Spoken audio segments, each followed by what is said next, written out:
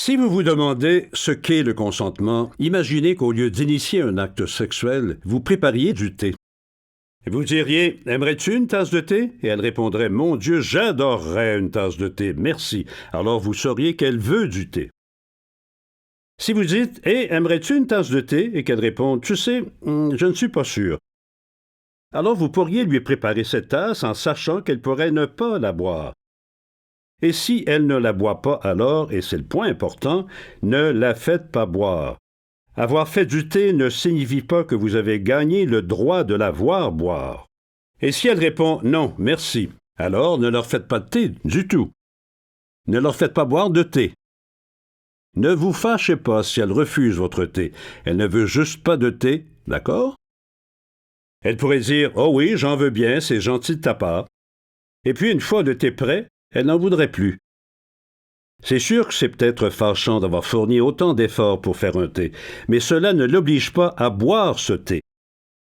Elle en voulait, mais n'en veut plus. Les gens peuvent changer d'idée, le temps de faire bouillir l'eau, infuser le thé et ajouter le lait. C'est normal de changer d'idée, mais encore là, cela ne vous fait pas gagner le droit de la voir boire. Si elle est inconsciente, ne lui faites pas de thé.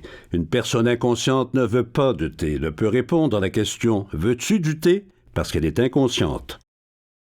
OK, peut-être était-elle consciente quand vous lui demandiez si elle souhaitait du thé et qu'elle a dit oui. Mais après avoir fait bouillir l'eau, infusé le thé, ajouté le lait, elle ne l'était plus.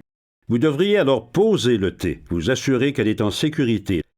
Le plus important, ne lui faites pas boire le thé.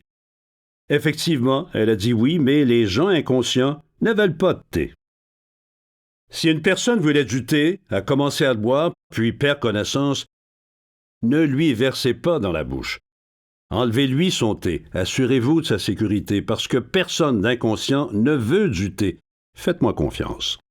Si quelqu'un voulait du thé chez vous samedi dernier, cela ne veut pas dire qu'en tout temps, elle veut que vous lui en fassiez, que vous arriviez chez elle sans préavis pour lui préparer du thé et lui faire boire de force disant « Mais tu voulais du thé la semaine dernière ». Elle ne veut pas non plus se réveiller alors que vous lui faites boire du thé en disant « Mais tu voulais du thé hier soir ».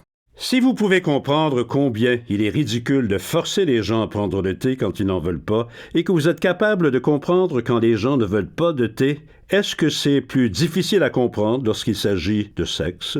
Qu'il s'agisse de thé ou de sexe, consentir est essentiel. Sur ce, je vais me faire une tasse de thé.